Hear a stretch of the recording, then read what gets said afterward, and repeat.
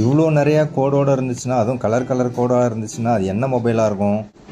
இதுதான் Samsung S21 ultra. சரி, அடுத்ததாக வந்த சாம்சங் S22 அல்ட்ரா இதுவாவது டிஸ்பிளே சூப்பராக இருக்குமான்னு பார்த்தீங்கன்னா, ஸோ கலர் கலர் கோடை விட்டுட்டு இதில் ஒரே மாதிரியான கோடு நிறையா இருக்குது, அவ்வளோதான் டிஃப்ரென்ஸ்.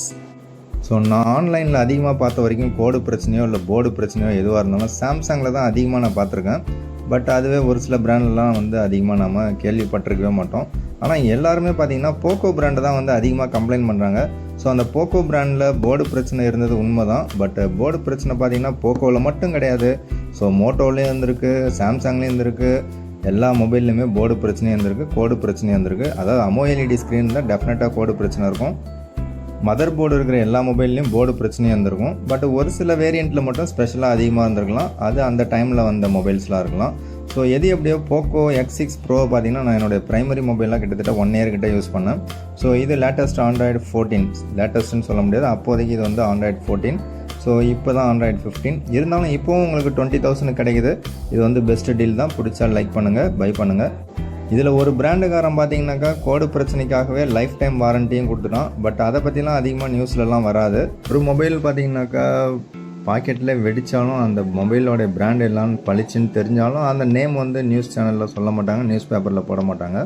ஸோ அதனால் எந்த ஒரு பிராண்ட் மொபைலாக இருந்தாலும் நீங்கள் மனசுக்கு பிடிச்சதை வாங்க. ஸோ உங்களுக்கு பிடிச்ச மொபைலை கம்மியான விலையில் வாங்குறதுக்காக நம்ம சேனலை சப்ஸ்கிரைப் பண்ணிங்க அண்ட் ஃபாலோ பண்ணிங்க. ஸோ நீங்கள் வாங்குகிற ஆன்லைன் மொபைலில் அப்டேட் கொடுக்காமல் அப்படியே யூஸ் பண்ணிங்கன்னா உங்களுக்கு பெட்டரான எக்ஸ்பீரியன்ஸ் கிடைக்கும். ஒருவேளை அப்டேட் கொடுத்தீங்கன்னா ஒரு சில நண்பர்களுக்கு எந்த சேஞ்சஸும் இருக்காது, சூப்பராகவே இருக்கும். அப்டேட் கொடுத்ததுக்கப்புறம் ரொம்பவே ஷைனிங்காக சூப்பராக இருக்கிறதுக்கான சான்சஸும் இருக்குது. பல நண்பர்களுக்கு பார்த்தீங்கன்னா அப்டேட்டால் ஏகப்பட்ட பிரச்சனைகள் இருக்குதுன்னு கமெண்ட்ஸில் சொல்லியிருப்பீங்க. ஸோ அதுவும் உங்களோட யூசேஜை பொறுத்து மாறுபடும். பல நண்பர்கள் பார்த்தீங்கன்னா நீங்கள் இப்படியே சொல்லிவிட்டு நீங்கள் மட்டும் எந்த மொபைல் வாங்கினாலும் எல்லா அப்டேட்டும் கொடுக்குறீங்க, ஆனால் நாங்கள் மட்டும் கொடுக்கக்கூடாது அப்படின்னு கொஸ்டினும் கேட்டிருக்காங்க.